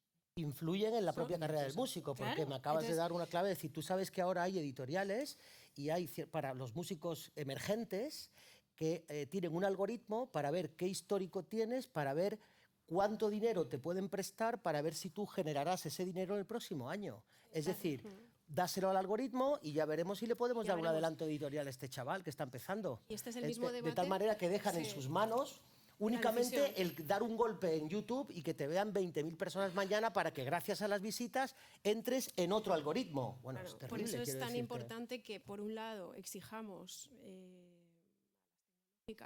todo el tema de los sesgos también, de quién está desarrollando las cosas, de los monopolios, etcétera. Si las tecnológicas que son empresas privadas no reaccionan, pues que pongamos nosotros en la mesa técnicas de regulación. Estamos hablando hoy de sostenibilidad en amplio, pero no solamente regulación, sino también educación de la ciudadanía, que también nosotros tenemos mucho poder. Es decir, el usuario final, el que elige ir a un sitio, el que elige ir a un concierto, el que elige pagar una entrada, el que elige leer un periódico, tiene más poder del que cree, porque estamos en un sistema capitalista, de capitalismo salvaje, donde el que paga manda. Entonces, si tú eliges adecuadamente y premias a aquellas empresas que hacen las cosas bien, que son éticas, que quieren mejorar la sociedad, que cuidan tu privacidad, que cuidan la ciberseguridad de tus datos, que esta es otra. Todo lo que no pensamos en todo lo que le estamos dando a ChatGPT o a Gemini. O sea, tú cada vez que metes un query, ¿dónde va eso? ¿Quién me asegura a mí que si yo he metido por casualidad un dato que no me he dado cuenta que estoy dando más información de la debida? Los análisis médicos, ¿no? Que los metemos todos a ver qué me ha dicho el médico. ¿Qué me ha dicho y lo cuestiono? Eso, Pero luego es curioso, vas al médico al día siguiente y te dice que no los tiene. Pero la gestión de los recursos, yo creo que, como bien decías, la IA es una herramienta muy interesante, porque los comportamientos se repiten. O sea, en nuestra actividad, nosotros, según el tipo de música, el tipo de artista, sabemos qué van a beber. Si van a beber cerveza, si van a beber copas, si van a beber agua, si hay muchas mujeres van a comer más. Lo sabemos, claro, porque nosotros lo hacemos sin IA. Pero tenemos un histórico tan grande que si tuviéramos, que con una herramienta podríamos detectar qué hay que poner, cuántas personas. Nosotros sabemos qué conciertos, si es de niñas, vamos a tener 35 asistencias médicas de abastecimiento. Entonces necesitamos tener 3 médicos, 5 enfermeros y tal. Nosotros consumimos 650.000 horas al año de personas, en la disposición de dispositivos de seguridad. Nosotros sabemos cada concierto, tipología de música, cuántos dispositivos de seguridad tenemos que tener, cuántos informadores. No es igual un concierto de Rafael, que las personas que van pues les cuesta trabajo ver en qué asiento, que tenemos que tener muchos informadores, a que un concierto de niños que se acomoden en cualquier sitio. Y todos esos datos los tenemos. Nosotros sabemos que este tipo de música requieren este dispositivo. Si tuviéramos una herramienta, desarrollamos una herramienta en ese sentido. Otra cosa, tú hablas de los promotores. Los promotores, un olfato, dice, hemos vendido las entradas en media hora. Pues estás equivocado en el precio. ¿Por qué? Porque la has vendido muy barata. ¿Entiendes? Y como hay históricos que se repite, los comportamientos se repiten, la inteligencia artificial, nosotros queremos aplicarla, va a ser una herramienta muy importante para utilizar los recursos necesarios en cada evento. Es que es igual, es que nosotros sabemos que qué concierto se va a vender más ron con Coca-Cola, lo sabemos. ¿Qué tipología de evento? Sabemos. Entonces el responsable de barra pues prepara más stock de ron. En el otro lado no se vende nada de ron, muchísima cerveza. Es que es así. Y se repite el patrón. Y por eso puede ser una herramienta interesante de aplicar. La correcta utilización de la herramienta es lo que determina con un el histórico, resultado. claro, un histórico. Claro, los datos. Datos que son datos privados de la empresa que se tienen, y entonces ahí la IA es muy útil porque optimizas sobre esa información, que es lo que hacemos también en los proyectos que lideramos nosotros. Déjame, Ale, que cambie de IA, porque ya ha dicho Tony que estamos hasta ahí de la IA. Así que me ha gustado mucho un concepto que has introducido antes, el de greenwashing. Y esto te lo voy a preguntar a ti, Manolo, que has estado eres un experto en comunicación, has estado muchos años. Esta temática es, a propósito de la sostenibilidad, ¿es herramienta de conciencia realmente o es terreno abonado para el greenwashing? ¿Perdón? La comunicación de la sostenibilidad, ¿es herramienta de conciencia para la gente, lo que decía antes Ale, o es terreno abonado para el greenwashing? Un ejemplo positivo de algo bien comunicado, una práctica que deberíamos hacer mañana, si no... Bien, yo creo que está cambiando todo. Antes yo creo que utilizábamos todo el trabajo que hacíamos de implantación de medidas de sostenibilidad para ponernos medallas. Ponernos ahí, que se te el certificado, 3 certificados, 4 certificados.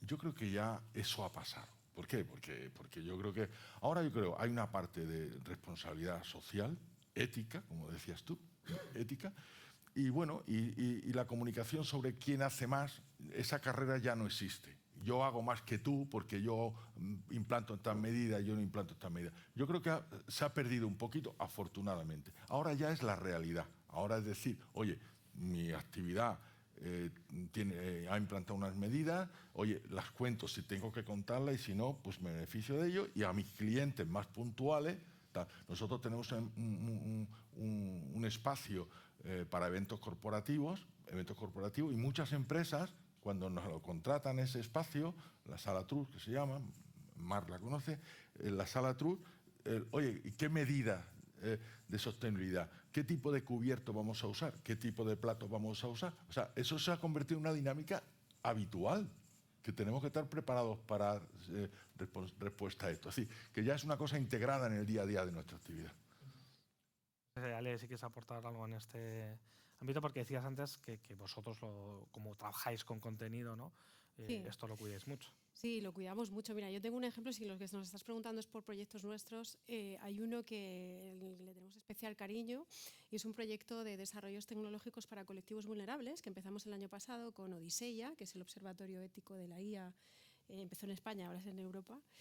Y empezó tímidamente. Es un proyecto que, bueno, pues un hackathon, no sé si todos estáis familiarizados, pero es juntar a un montón de gente, en principio suelen ser ingenieros, pero aquí lo abrimos a cualquier ciudadano, a que durante X días estemos juntos y creemos soluciones que den respuesta a problemas de diferentes colectivos. En este caso, todo colectivos vulnerables, de distinto tipo.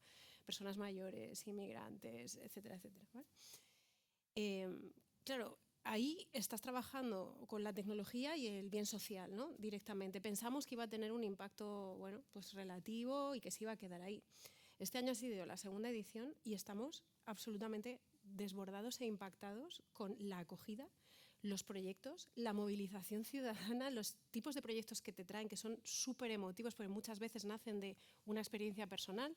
El año pasado tuvimos incluso a un padre que había perdido un hijo por cáncer y él era ingeniero y estaba investigando para conseguir la mejora del escaneo de los tumores temprano en niños y la cosa iba para adelante. O sea, hay un montón de gente queriendo hacer muchas cosas que tienen un impacto social alto, o sea, de alto impacto. Y ya te digo, este año hemos pasado de los 100 equipos, tenemos confirmado, que antes le preguntaba a mi compañero, Ministerio, Secretaría de Estado, o sea, hay un apoyo en base a una cosa que nació desde las ganas de aportar, simplemente, que para nosotros es muy significativo, porque esto no tenemos grandes campañas, no hicimos una campaña mediática en grandes medios, pero se movilizó y fue un éxito y por lo tanto este año, mira, tenemos un apoyo brutal, va a ser un gran evento y estamos muy contentos. Entonces yo de verdad creo que hay cabida para hacer un montón de cosas y que lo que más percibo, también en mi lado de profe universitaria que hago de vez en cuando y que tengo chavales, alumnos, es que creo que tenemos una responsabilidad los seniors de motivarles. O sea, hay una desmotivación general de brazos caídos, no porque no tengan ganas, no porque sean unos vagos, no, es que tienen muy metido que no se puede hacer nada. Y es mentira.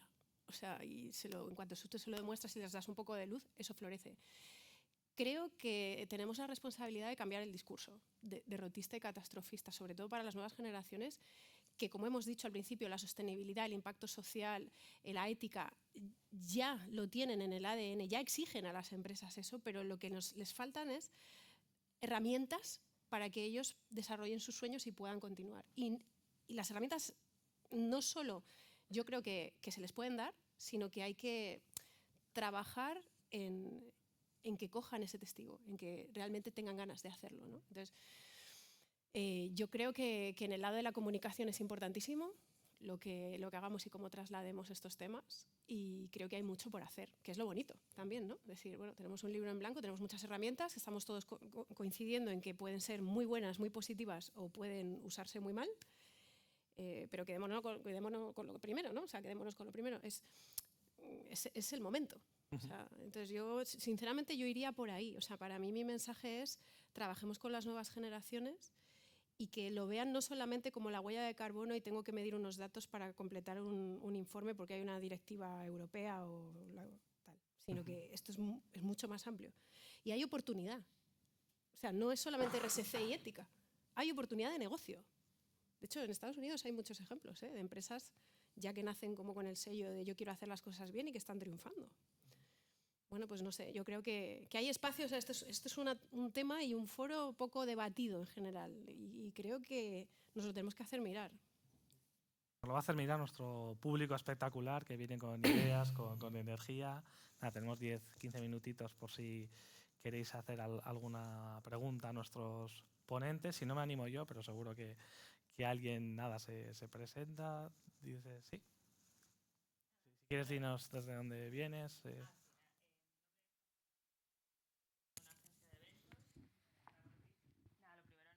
Escucha bien, ¿eh? ¿Se escucha bien?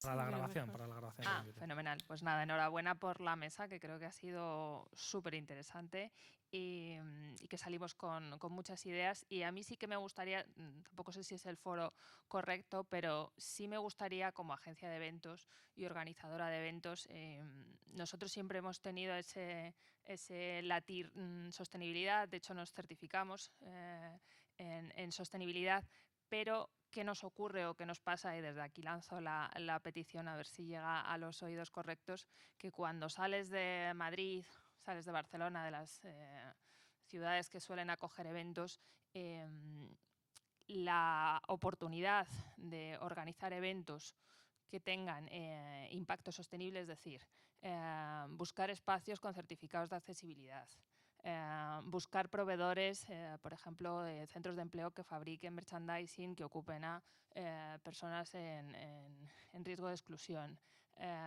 Y todas estas acciones de legado son muy complejas. Es decir, no hay unos listados, no hay unas clasificaciones. Al final, muchos de estas fundaciones fueron creadas por familias en su día porque había unos agujeros. Oye, pues personas con autismo, pues había unas familias que crearon una fundación y algunas se han profesionalizado más y otras menos, ¿no? Y como esto, pues con todos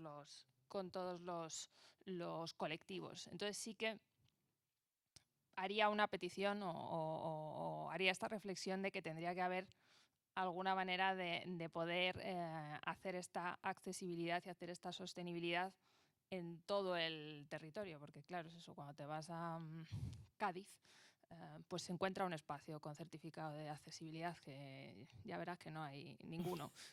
No sé Entonces, si es bueno. para ti, Enar. Todo lo difícil es para ti, Alfredo. Está muy bien.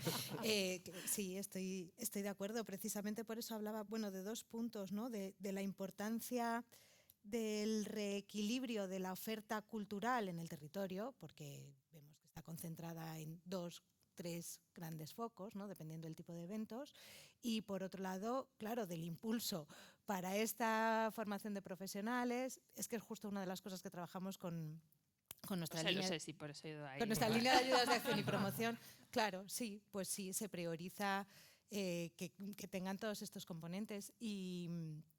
Y luego con lo que hablabas de Encuentra tu local, pues justo también había mencionado nuestra línea de ayudas a salas de música, que precisamente está orientada a impulsar para que las pequeñas salas de música puedan realizar mejoras en torno a la accesibilidad física, también la eficiencia energética o incluso, que también lo mencionabas antes, el sonido, por supuesto, y el pensar otros modelos de negocio.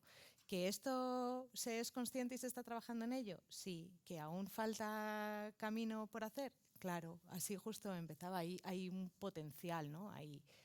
Aquí yo creo que es muy importante también lo que hablabais antes y es la comunicación.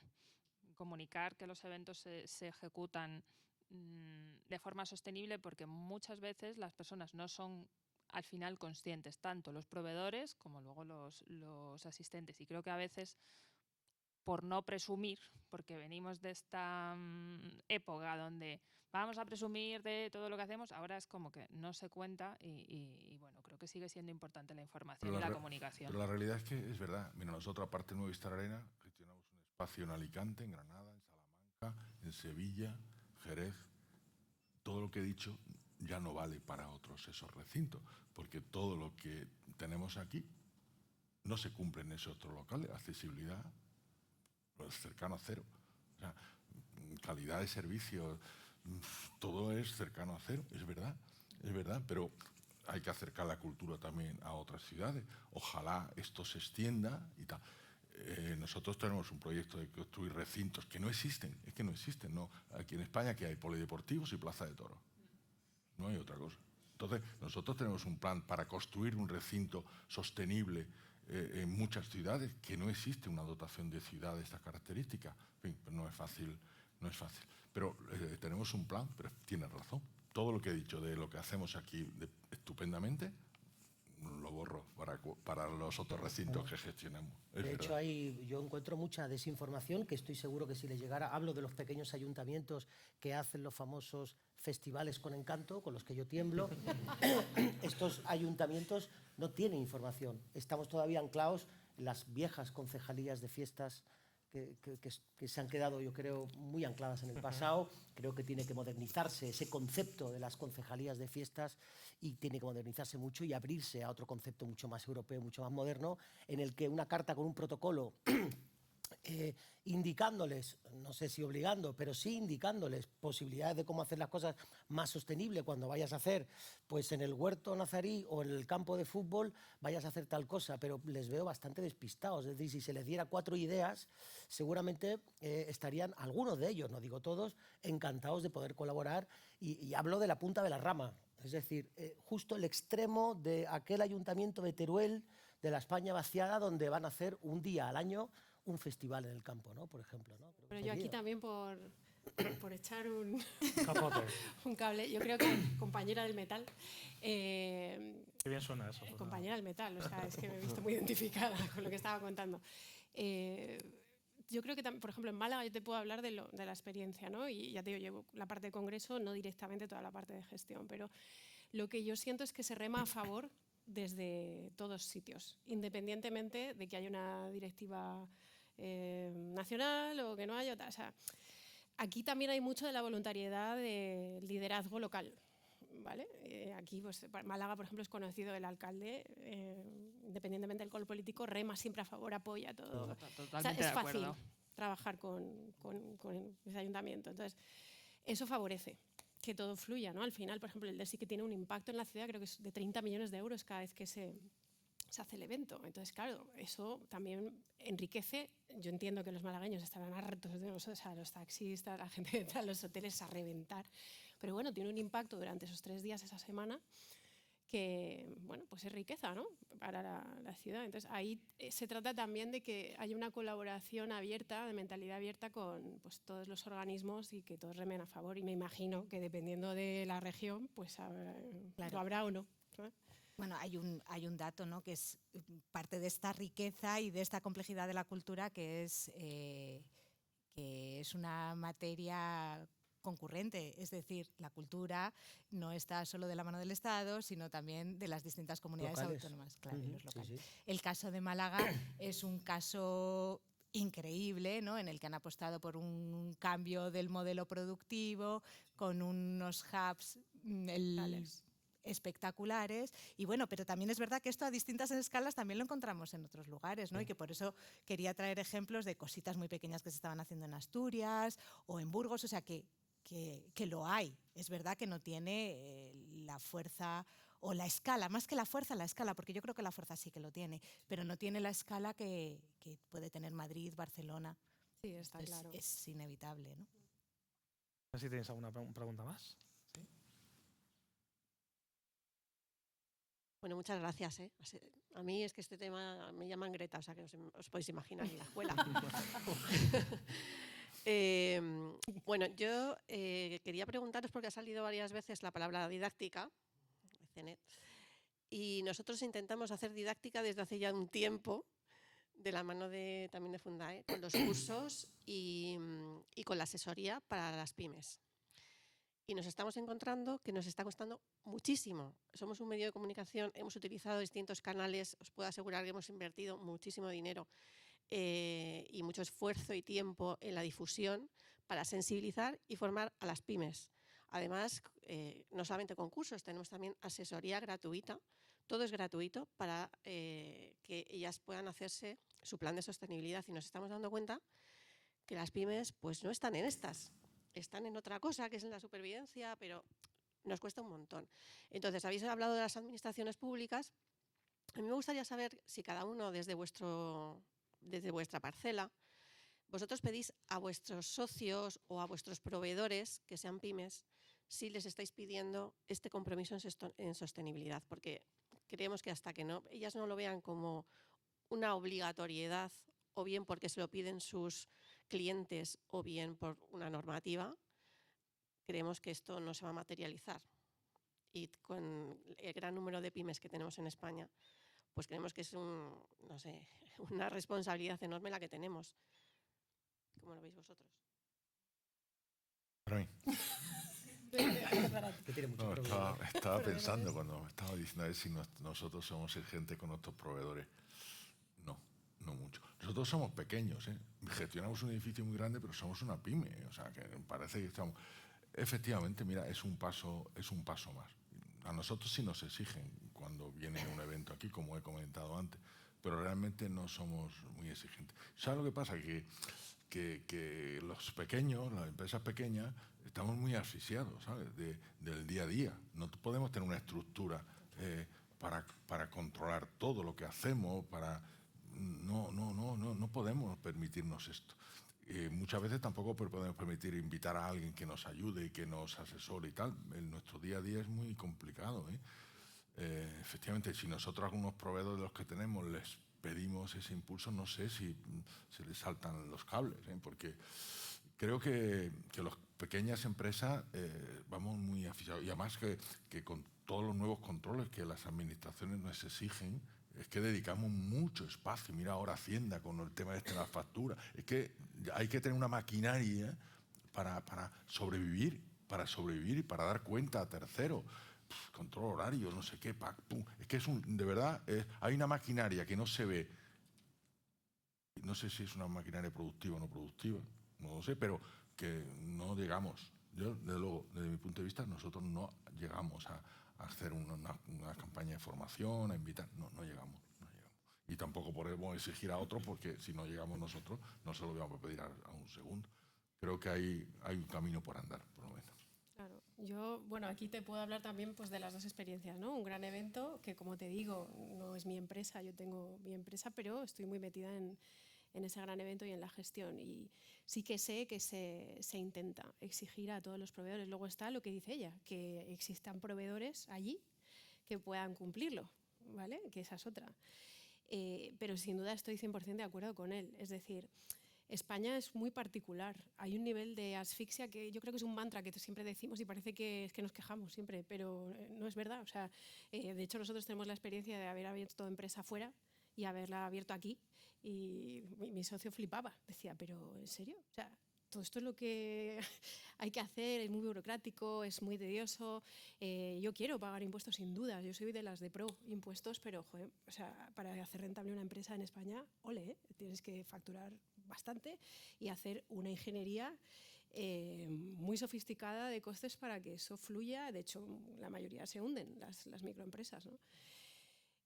Entonces, teniendo esto en la mesa y sabiendo que todos, en el fondo, queremos hacer las cosas bien, y yo creo que no hay en general en el tejido, la sostenibilidad importa, pero yo creo, y por eso mi discurso de antes iba más ahí, que es más efectivo ir por el lado de aportar valor competitivo de negocio, más que de tener que cumplir porque tengo que cumplir. O sea, si yo estoy asfixiada y no me llega para pagar las nóminas a mis empleados, y se me está pidiendo cumplir una normativa que no me va a venir alguien y me va a decir cúmplela ya, sino que bueno, la puedo ir cumpliendo, pues esto es una cosa que se va desplazando en tu lista de prioridades y no es que no quieras, es que estás apagando incendios.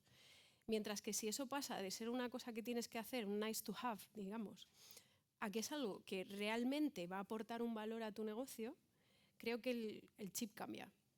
Y que además dices, oye, pues si esto me puede diferenciar, pues ¿por qué no? Por supuesto, esto solo se podrá hacer en determinados tipos de empresa. O sea, la sostenibilidad va a ser muy importante en algunas y en otras a lo mejor puede pasar más desapercibida porque no es el core.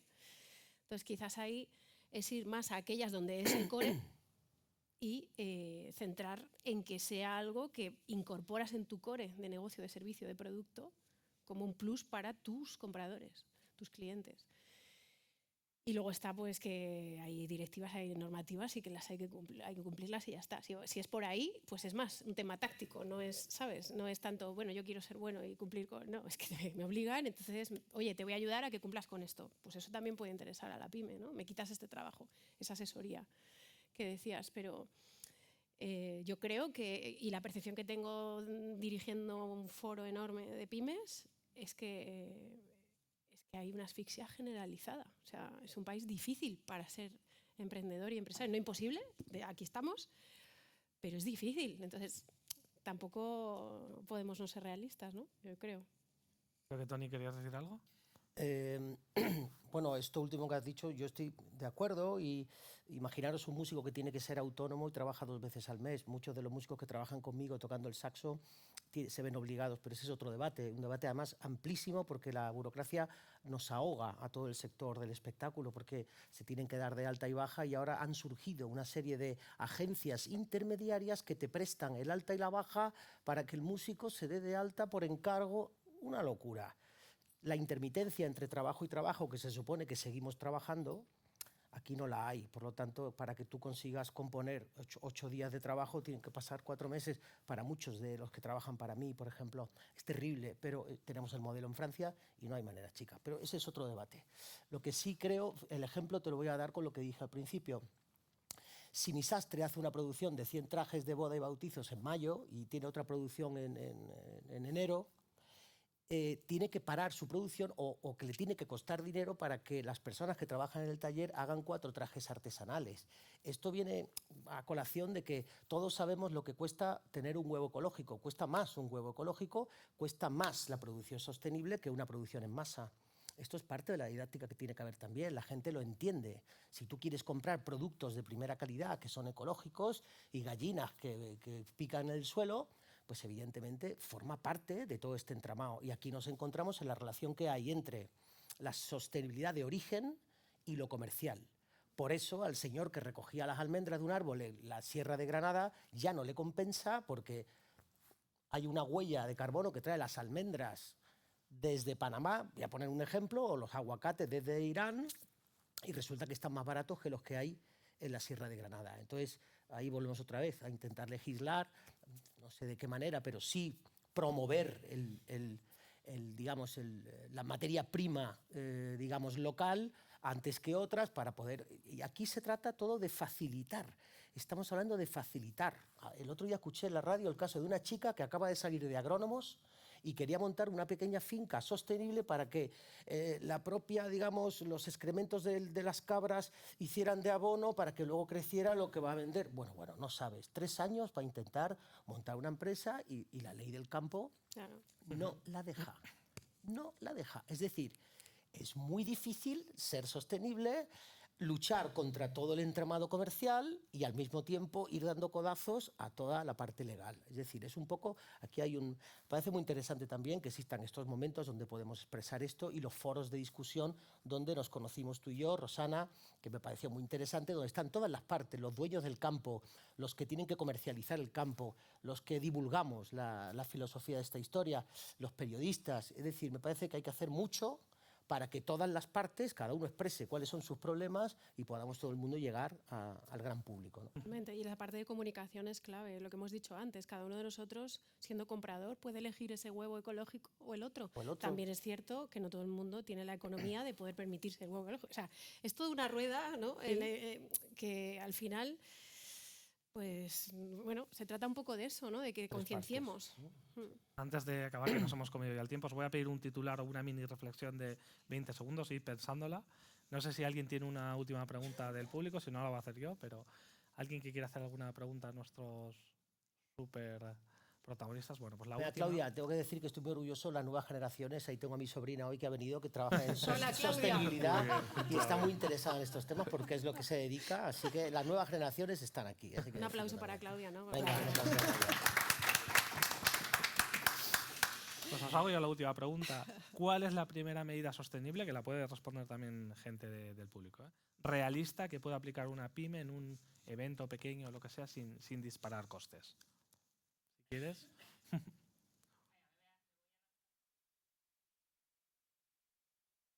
Creo que es importante y que podemos ayudar mucho. Existe ahora mismo un problema con las personas que tienen discapacidad y están haciendo formación profesional, y es que para terminar la formación profesional y que les den la titulación se requieren de unas prácticas obligatorias. Entonces se está produciendo un cuello de botella, esto lo estamos viendo porque estas personas con discapacidad no consiguen empresas donde hacer sus prácticas. Entonces, bueno, pues animo a todos los que estamos aquí como pymes a que abramos también un poco la mirada e incorporemos a personas a que puedan hacer sus prácticas de FP en nuestras empresas, que como vamos muy ahogados, pues seguro que nos pueden ayudar y dar otra mirada. Así que bueno, yo creo que puede ser una iniciativa que podemos todos afrontar. Pues ahí queda dicho, queda grabado también. Muchísimas gracias.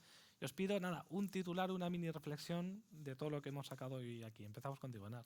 Bueno, pues yo en esta línea plantearía que yo creo que lo primero es la reflexión profunda antes de la organización del evento, ¿no? Me interesaba lo que decías de esa curaduría, ese comisariado de los contenidos. Yo creo que por ahí empieza la sostenibilidad. Y luego recojo también la última parte, ¿no? La comunicación no como estrategia de marketing, sino para contribuir a esa pedagogía, porque creo que las transformaciones sociales se producen. En los años 90 la sostenibilidad era una cosa rarísima, ¿no? Y 30 años después, pues esto está absolutamente interiorizado. Entonces, yo en ese sentido soy optimista y creo que sí que vamos avanzando, ¿no? ¿Moni? Bueno, no sé, yo creo que la gran sostenibilidad se hace con pequeños gestos, al menos por ahora. Ha sido muy rápido todo, lo que tú acabas de decir. En 30 años es casi menos de 2 generaciones y nos hemos visto que está todo lleno de basura y que en muy poco tiempo casi se va a desbordar el planeta. Entonces no hay mentalidad todavía, por lo tanto yo creo que la pedagogía empieza por divulgar todo lo que se pueda y el pequeño gesto, en casa, empezando en casa, evidentemente, pero divulguemos todo lo que se pueda, claro. Vale. Bueno, yo voy a lo táctico, que es lo mío, ¿vale? Yo diría que si eres una pyme, busques cuál es tu valor diferenciador y valor competitivo en lo social y en la parte de sostenibilidad y crees tu producto en base a eso y lo cuentes bien, lo comuniques. Encárgate de comunicarlo. Manolo, y te pido además en clave deportiva. ¿Hay partido? ¿Vamos a remontar? Bueno, yo creo que una parte del partido ya lo hemos ganado, porque las nuevas generaciones están muy concienciadas sobre la sostenibilidad. Yo creo que yo pertenezco a otra generación que nos ha costado trabajo el tema este de los varios cubos y ese tipo de cosas. Pero esto está superado. Yo creo que tenemos que ir a la siguiente pantalla de lo que estáis hablando. Tecnología, nuevas fórmulas y que ponerle valor creo que estamos ante una nueva dimensión y es lo que vamos a iniciar y la nueva generación nos van a dar el impulso que necesita sobre este entorno. Nosotros gestionamos, lo que tú me has hablado, el Club Deportivo Somonte, en la carretera del Pardo, que es un centro especial de empleo. El 70% de nuestros empleados tienen que tener discapacidad. Un detalle, no encontramos personas con discapacidad para trabajar en nuestra empresa. Es curioso, ¿eh? Afortunadamente, nosotros lo vemos en positivo. ¿Por qué? Porque están trabajando, se han incorporado, pues puede haber gente que no, pero se han incorporado a la actividad laboral y no encontramos personas para tener el 70% de nuestra plantilla con personas con algún tipo de discapacidad. Pero bueno, es una sensibilidad también que hay que tener. Pues nada, estamos ganando ese partido. Me quedo con esa frase y también con otra idea, ¿no? Que la sostenibilidad no es una medalla, es un método, no es solo reducir impacto ambiental, es también cómo se gestiona, cómo se decide, cómo se construye confianza, en los eventos donde todo se amplifica, esa coherencia se ve enseguida. Y si hoy salimos de aquí con algo claro es eso, ¿no? Que la sostenibilidad no consiste en parecer, sino en integrar, hacerlo bien. Ya no es solo una cuestión ética, es una cuestión de competitividad y credibilidad. Y nada, muchísimas gracias a los ponentes, gracias a SUBE, gracias a Fundae y al programa PYME Sostenible y gracias a todos vosotros por estar aquí. Que tengáis un buen día y muchísimas gracias. Muchas gracias.